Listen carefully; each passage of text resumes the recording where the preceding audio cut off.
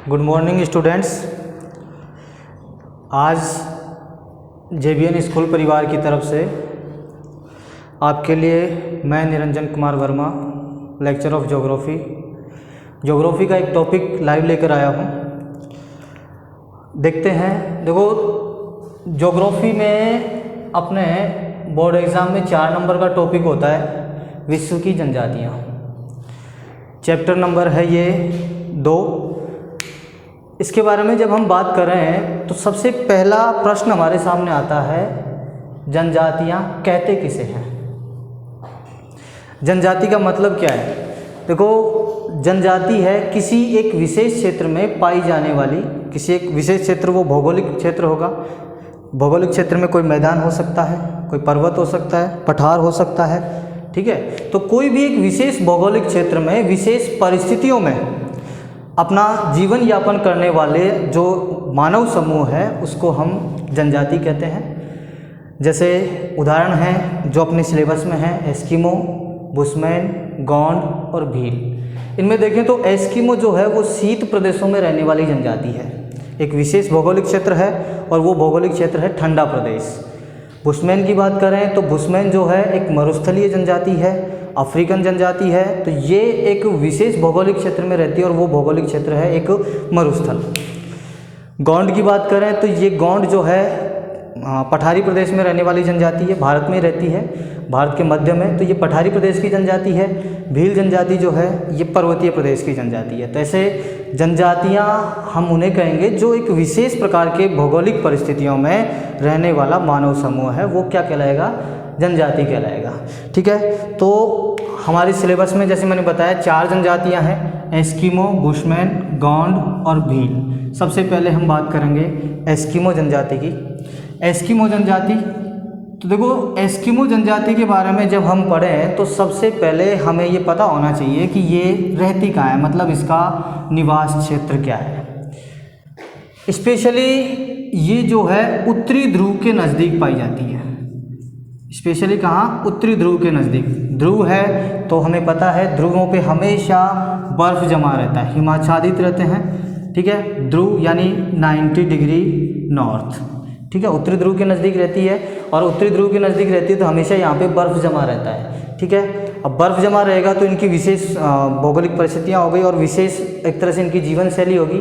अब उत्तरी ध्रुव पे भी ये समस्त उत्तरी ध्रुव पे नहीं रहती हैं, क्योंकि जैसा कि आपको पता है उत्तरी ध्रुव पे एक सागर है जिसको कुछ विद्वान सागर कहते हैं और कुछ विद्वान महासागर कहते हैं, आर्कटिक सागर, ठीक है। तो सागर में तो ये जनजाति रहेगी नहीं, ये रहेगी कहाँ? उत्तरी ध्रुव के जस्ट नज़दीक। एक तो है साइबेरिया, साइबेरिया का उत्तरी हिस्सा, ठीक है। ये कोई स्वतंत्र देश नहीं है, ये रूस का हिस्सा है, ठीक है, रूस का हिस्सा है। और रूस का जो उत्तरी हिस्सा है उसको अपन बोलते हैं साइबेरिया।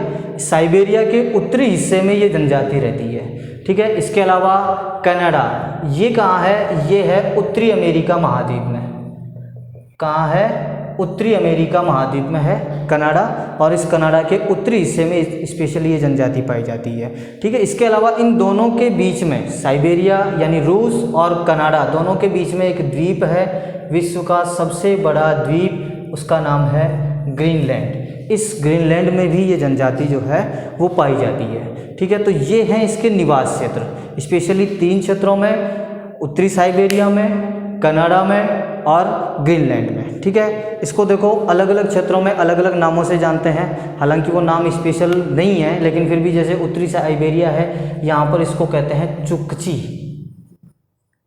ठीक है, चुकची कहते हैं। ये ग्रीनलैंड है, यहाँ पर इसको बोलते हैं सेमोयेड्स। ये इसके अलग अलग इलाकों में अलग अलग नाम हैं, ठीक है। निवास क्षेत्र के अलावा दूसरी बात करें हम शारीरिक संरचना, ठीक है। शारीरिक संरचना वैसे मानव की सेम सी होती है, कुछ नॉर्मल डिफरेंस इसमें होते हैं। और वो डिफरेंस क्या है? देखो, जैसे इनके जो होठ हैं, इन होठों का साइज कुछ बड़ा होता है, मोटे होते हैं, लटके हुए होते हैं, ठीक है। इसके अलावा आँखें जो हैं वो कम खुली हुई होती हैं और काली आँखें होती हैं, ठीक है। कुछ लोगों की जैसे भूरी आँखें होती हैं, इनकी भूरी नहीं होती, आँखें जो हैं काली होती हैं, ठीक है। ये ओंठ भी बोलते हैं इसको, होठ, ठीक है, ये मोटे होते हैं। इसके अलावा बाल जो हैं वो बाल घुंघराले होते हैं, ठीक है, सीधे लहरदार बाल न होकर के घुंघराले बाल होते हैं। कद जो है मध्यम होता है, मोस्टली इनका जो कद है वो 4.5 फुट के करीब होता है, ठीक है, 4.5 से 5 फुट तक होता है। मोस्टली 4.5 के ही होते हैं, बहुत कम होते हैं जो इससे ज़्यादा होते हैं, ठीक है। इसके अलावा हम बात करें ये करते क्या हैं, ठीक है, तो करने की बात जब आती है आजीविका, भाई काम तो करना पड़ेगा, और काम जो है स्पेशली ये आखेट करते हैं, शिकार करते हैं, ठीक है। अब प्रश्न ये उठता है कि वहाँ चारों तरफ बर्फ़, ठीक है, बर्फ़ होने के कारण से वनस्पति का यहाँ अभाव रहता है, ठीक है, वनस्पति का अभाव है तो जंगली जीव यहाँ पर नहीं पाए जाएंगे, ठीक है, जंगली जीव नहीं पाए जाएंगे तो ये आखेट करेंगे किसका, ठीक है। स्पेशली देखो ये आखेट करते हैं सील मछली का, स्पेशली ये सील मछली का शिकार करते हैं, ठीक है। सील मछली का इनके जीवन में बहुत ज़्यादा महत्व है, चाहे पहनने के लिए कपड़े हों, रहने के लिए मकान हो, या ये औजार वगैरह हैं, मतलब मोस्टली ये सील मछली पे ही डिपेंडेड रहते हैं, ठीक है। शिकार जो करते हैं ये अलग अलग 2 ऋतुओं में 2 शिकार होते हैं इनके, शीतकालीन आखेट और बसंतकालीन आखेट। शीतकालीन आखेट और बसंतकालीन आखेट ये 2 क्यों हैं, देखो इसका कारण है, कारण क्या, उत्तरी ध्रुव है, उत्तरी ध्रुव पे बर्फ़ हमेशा जमा रहता है, ठीक है। तो जो सर्दी का टाइम होता है, और सर्दी का टाइम स्पेशली जब सूर्य दक्षिणायन होता है, और सूर्य दक्षिणायन होता है जनवरी में, जनवरी का जो महीना होता है जब उत्तरी गोलार्ध में सबसे ज़्यादा सर्वाधिक ठंड पड़ती है, उस समय यहाँ पे पूरा बर्फ़ जमा होता है। हालांकि उसके बाद भी होता है, लेकिन जैसे जैसे जून का महीना आता है, जब सूर्य उत्तरायण होता है, कर्क रेखा पे सीधा चमकता है, उस समय पे यहाँ पर कुछ बर्फ़ पिघल जाती है, और उस समय जो शिकार किया जाता है उसको हम बोलते हैं क्या, बसंतकालीन आखेट, ठीक है। तो शीतकालीन आखेट क्या होता है, देखो शीतकालीन आखेट में हार्पून की सहायता से ये शीतकालीन आखेट किया जाता है। और ये शीतकालीन आखेट कैसे किया जाता है, स्पेशली ये जो आखेट है वो किया जाता है झीलों में। कहाँ किया जाता है, झीलों में। इनकी जो प्रक्रिया है, प्रक्रिया सपोज दैट ये झील जो है जमा हुआ है, सर्दी में कभी भी पानी जो पूरा भरा हुआ होता है वो पूरा कभी भी जमा नहीं होता है। होता क्या है, बर्फ़ की एक पतली परत ऊपर जम जाती है, ठीक है, पतली परत जब जम जाती है तो ये लोग इस झील के ऊपर जाते हैं, और झील के ऊपर जाकर इस पतली परत में एक छिद्र बनाते हैं, ठीक है। छिद्र बनाकर इनका जो हथियार है जिसको हम बोलते हैं हार्पून, ये एक भालानुमा हथियार होता है। इस भालानुमा हथियार को इस छिद्र के अंदर लगा देते हैं, नीचे जो है कुछ खाद्य सामग्री इसमें लगाते हैं, ठीक है। जैसे ही सील मछली जो अंदर जल में विचरण कर रही होती है, उसे उस खाद्य सामग्री की सुगंध जैसे ही पता चलती है, इसको खाने के लिए दौड़ती है। कई बार ऐसा भी होता है कि इस खाद्य सामग्री की बजाय दूसरे कारण से, भाई जैसे अंदर जो है ऑक्सीजन की कमी हो जाती है, ऑक्सीजन के लिए जैसे ही ये सील मछली जाती है, इसको खाद्य सामग्री को खाती है, या जैसे वो इसके नज़दीक जाती है, ये हार्पून जो है वो हिलता है, ठीक है। हिलने पर इसके नज़दीक खड़े हुए जो एस्किमो हैं वो दूसरे हार्पून से सील मछली के ऊपर वार करके उसे निकाल लेते हैं। देखो एक तो विधि होती है ये, ठीक है, 2 विधियां हैं शीतकालीन आखेट की, एक है इतुरपाक और दूसरा है माऊपाक, ठीक है। इतुरपाक जो है उसमें एक हार्पून की सहायता से ये शिकार किया जाता है। माऊपाक जो है इसमें 2 हार्पून की सहायता से शिकार किया जाता है। 2 हार्पून कैसे, एक हार्पून यहाँ लगा दिया और दूसरा हार्पून जो है वो लगाने के बजाय छिद्र करके छोड़ दिया जाता है, खाली छोड़ दिया जाता है, ठीक है। इसमें दोनों फैक्टर एक साथ काम करते हैं, कौन सा, खाद्य सामग्री भी और ऑक्सीजन भी, ठीक है। अगर ऑक्सीजन लेने के लिए जैसे ही मछली आती है बुलबुले उठते हैं, बुलबुले उठने पर शिकार करते हैं, या फिर यहाँ ये हार्पून हिलने पर शिकार करते हैं। दोनों में फ़र्क सिर्फ इतना है कि एक में एक हार्पून है और एक में डबल है, ठीक है। दूसरी जो विधि है बसंतकालीन आखेट, बसंतकालीन आखेट में देखो बसंत का समय यहाँ पर होता है कौन सा, जून वाला, ठीक ठीक है, क्योंकि यहाँ पर कुछ मात्रा में सूर्य की किरणें पड़ती हैं। ठीक है, बहुत ज़्यादा नहीं पड़ती, हमेशा सूर्य की किरणें गोलार्ध पर तिरछी ही पड़ती हैं। ठीक है, तो कुछ गर्मी यहाँ होती है, कुछ गर्मी होने से कुछ हद तक बर्फ़ पिघल जाती है और बर्फ़ पे पिघलने से वहाँ पर कुछ वनस्पति उगाती है। ठीक है, और उनमें स्पेशली होते हैं छोटे पौधे, क्योंकि ज़्यादा बड़े पौधे जो हैं वो विकसित नहीं हो पाते, विकसित होंगे उससे पहले वापस से दोबारा सर्दी का मौसम आ जाता है, वो फिर से नष्ट हो जाएंगे, इसलिए छोटी वनस्पति उगती है। ठीक है, और छोटी वनस्पति उगती है तो वहाँ पर स्पेशली जो शरीर पर लंबे बालों वाले जीव हैं, ठीक है, भालू है, खरगोश है, ठीक है, एक रेंडियर होता है, ठीक है, रेंडियर, ये जीव जो हैं वो उस वनस्पति को खाने के लिए एक तरह से बाहर निकलते हैं, विचरण करने लगते हैं और उनका, ठीक है, उनका वो शिकार करते हैं, इसके अलावा जो बर्फ़ है नाव पर, इस पे झील पे, वो झील की बर्फ़ जो है वो भी उस समय में पिघल जाती है। झील में जब बर्फ़ पिघल जाती है तो ये उसमें हार्पून वगैरह लगा नहीं सकते और इनकी एक नाव होती है जिसको बोलते हैं कयाक। इनकी जो नाव है उसका नाम होता है कयाक। कयाक होती क्या है, देखो सील मछली होती है, सील मछली की चमड़ी होती है और उस चमड़ी के अंदर सील मछली की या भालू वगैरह जो बड़े जीव हैं इनकी हड्डियों को फंसा करके, उसे चौड़ा करके उसकी नाव बनाई जाती है और वो उस नाव को लेकर झील के अंदर चले जाते हैं। ठीक है, झील के अंदर जा कर के खुला शिकार करते हैं, मछलियां पकड़ते हैं। ठीक है, तो ये जो खुला शिकार है उसको आखेट कहेंगे, इसको बसंतकालीन आखेट कहेंगे। चाहे वो नाव के माध्यम से झील में कर रहे हो, चाहे वो इन बाकी जो जीव हैं, भालू है, खरगोश है या रेंडियर है, स्थल पे इनका शिकार कर रहे हो। ठीक है, तो बसंतकालीन आखेट में दोनों का शिकार करते हैं। शीतकालीन आखेट में सिर्फ और सिर्फ ये सील मछली का शिकार करते हैं और वो भी बर्फ़ में। ठीक है, इसके अलावा आखेट के पशु, ठीक है, किन किन जीवों का शिकार करते हैं, एक तो मैंने पहले बता दिया सील मछली। ठीक है, क्योंकि बसंतकालीन आखेट इसमें तो फिर भी ये बाकी जैसे भालू है, खरगोश है या अन्य जीव जैसे रेंडियर है, इनका शिकार कर लेते हैं। लेकिन जो अपना शीतकालीन आखेट है, शीतकालीन आखेट में तो ये स्पेशली सिर्फ और सिर्फ सील मछली का शिकार करते हैं। ठीक है, तो प्रमुख रूप से कौन कौन से हुए, सील मछली है, ये तो बहुत सबसे प्रमुख है। इसके अलावा भालू है, खरगोश है, रेंडियर है। ठीक है, इनसे ये अपना इनका शिकार करते हैं। इसके अलावा देखो रेंडियर जो है वो इनके एक काम और आता है, और रेंडियर क्या काम आता है, ये इससे एक गाड़ी खींचते हैं और उस गाड़ी का नाम है स्लेज गाड़ी, स्लेज। ठीक है, ये एक ऐसी गाड़ी है जो बगैर पहियों की गाड़ी होती है, जिसके नीचे टायर नहीं होते हैं, पहिए नहीं होते हैं, और ये होती है इस प्रकार से। ठीक है ना, आगे जो है इसमें जैसे अपने यहाँ ऊँट गाड़ी, बैलगाड़ी, उसमें ऊँट या बैल लगाए जाते हैं, वैसे इसमें रेंडियर लगाए जाते हैं। वो रेंडियर इसको खींचते हैं, बगैर पहिए की गाड़ी होती है। तो रेंडियर जो है यातायात के लिए भी काम आते हैं और इसके अलावा इनका शिकार करके इनको खाया भी जाता है। इसके अलावा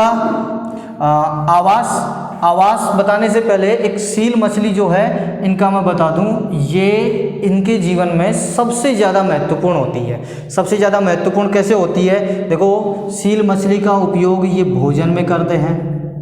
ठीक है, भोजन खाने के लिए करते हैं। इसके अलावा इसका प्रयोग ये आवास में करते हैं, रहने में जो मकान बनाते हैं, मकान में इनका यूज़ किया जाता है। जैसे कि इनके मकान जो बनाते हैं उसको बोलते हैं इग्लू। ठीक है, इग्लू जो है उसमें इसका उपयोग किया जाता है। इग्लू क्या होता है भी बताऊंगा मैं। इसके अलावा सील मछली जो है उसकी चर्बी को जला करके ये इसमें अपने मकान में रोशनी करते हैं। ठीक है, उसका तरीका क्या होता है, देखो दीपक बनाया जाता है, दीपक बना करके इसको दीपक जलाते हैं और इसके ऊपर सील मछली का एक टुकड़ा जो है वो लटका दिया जाता है। जैसे जैसे ये दीपक जलता है, ये सील मछली का टुकड़ा जो है इसे जो है ये पिघल कर इसमें दीपक में चलता जाता है और ये जलता जाता है। ठीक है, तो ये सील मछली इनके जीवन में बहुत महत्वपूर्ण है। आवाज़ की बात करें, इग्लू जो मैं भी बता रहा था, ये होता है, देखो इसकी संरचना कुछ इस प्रकार से होती है। ठीक है, इस प्रकार से इसकी संरचना होती है। इसमें गेट जो है वो बहुत छोटा होता है और खड़े खड़े नहीं, इसमें ये लेट करके घुसते हैं। ठीक है, पूरा जो है वो बर्फ़ का बना होता है। यहाँ ये ऊपर सिर्फ बर्फ़ इसमें काम में ली जाती है। और अंदर जो है, अंदर इसके अंदर की साइड में ये इसको पूरे को सील मछली की चमड़ी से मढ़ लिया जाता है। ठीक है, रीज़न क्या होता है सील मछली की चमड़ी से मरने का? सील मछली की चमड़ी से मरने का कारण होता है अंदर इसमें गर्मी बनी रहे। ठीक है, इसके अलावा दरवाज़ा बिल्कुल छोटा है, कोई खिड़की दरवाजे इसमें नहीं होते हैं। ठीक है, उसके पीछे भी कारण होता है, और वो कारण क्या होता है? देखो, दरवाज़ा अगर बड़ा रहेगा या अपनी तरह इनके भी मकान में खिड़की दरवाजे जंगले ये सब होंगे, तो उससे होगा क्या, हिमाच्छादित क्षेत्र है और यहाँ पर शीत लहरें चलती हैं, ठंडी हवाएं चलती हैं, और वो ठंडी हवाएं सीधी घर के अंदर प्रवेश करेंगी और घर बनाने का कोई मतलब नहीं रहेगा।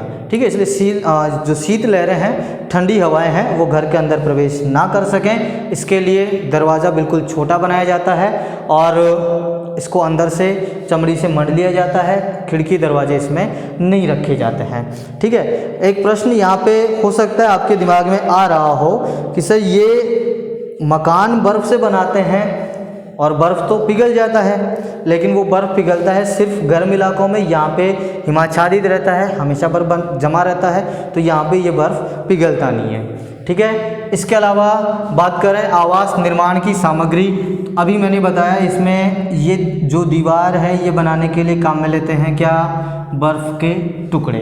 इसके अलावा इसको अंदर से ये मढ़ लेते हैं, किससे मढ़ लेते हैं? सील मछली की चमड़ी से। हड्डियों का उपयोग जो है ये अपने औजारों के लिए करते हैं, बर्तनों के लिए करते हैं। ठीक है, इसके अलावा बर्तन औजार सबसे प्रमुख बताया अभी हारपून। ठीक है, हारपून का ये उपयोग करते हैं। इसके अलावा जो भालू है, खरगोश है, रेंडियर है, इनका इनका जो शिकार करते हैं वो तीर के माध्यम से करते हैं। ठीक है, इसके अलावा नाव होती है इनकी, जिसका नाम मैंने अभी आपको बताया, कयाक। ठीक है, इस कयाक का ये उपयोग करते हैं शिकार के लिए। कयाक का उपयोग किया जाता है किसमें? बसंतकालीन आखेट में। ठीक है, तो ये इसके बर्तन और औजार हैं। इसके अलावा हम बात करें वर्तमान परिप्रेक्ष्य में इनके ऊपर क्या प्रभाव पड़ रहा है। देखो, जैसा कि अभी आपको बताया, इनका निवास क्षेत्र कहाँ है? उत्तरी साइबेरिया, उत्तरी कनाडा और ग्रीनलैंड। ग्रीनलैंड के ऊपर अधिकार है यूएसए का। ठीक है, और साइबेरिया कहाँ है? रूस में। ठीक है, उत्तरी कनाडा, कनाडा भी अपने आप में एक विकसित राष्ट्र है। तीनों ही, चाहे रूस हो, चाहे कनाडा हो और चाहे यूएसए हो, ठीक है, तीनों ही विकसित राष्ट्र हैं। अब विकसित राष्ट्र हैं तो विकास का प्रभाव इस जनजाति पे भी पड़ता है। ठीक है, क्या प्रभाव पड़ता है? देखो, वर्तमान की अगर हम बात करें तो वर्तमान में ये लोग जो औजार काम में लेते हैं, चाहे वो हारपून है, तीर है, नाव है, इनकी जगह ये बहुत सारे वर्तमान टेक्नोलॉजी के हथियार काम में लेने लगे हैं, जैसे रिवॉल्वर, बंदूक, ठीक है, राइफल्स वगैरह, इनका ये यूज़ करने लगे हैं। ठीक है, इसके अलावा बात करें हम और वर्तमान परिप्रेक्ष्य के क्या प्रभाव पड़ते हैं, तो वर्तमान में देखो, जो ये देशों के संपर्क में आ रहे हैं, साइबेरिया है, उत्तरी कनाडा है और बताया यूएसए है, इनके संपर्क में आने का कारण ये संपर्क में आने के कारण से प्रभाव ये पड़ा है कि वर्तमान में ये लोग व्यापार भी करने लगे हैं। ठीक है, अब व्यापार करेंगे किसका?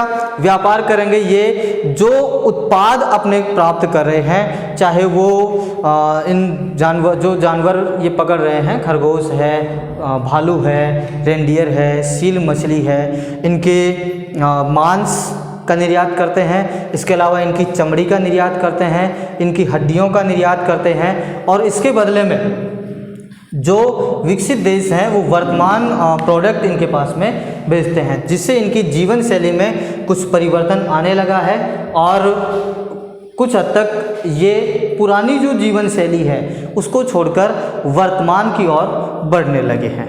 ठीक है, इससे आगे दूसरी जनजाति जो है हम अगली क्लास में पढ़ेंगे। धन्यवाद।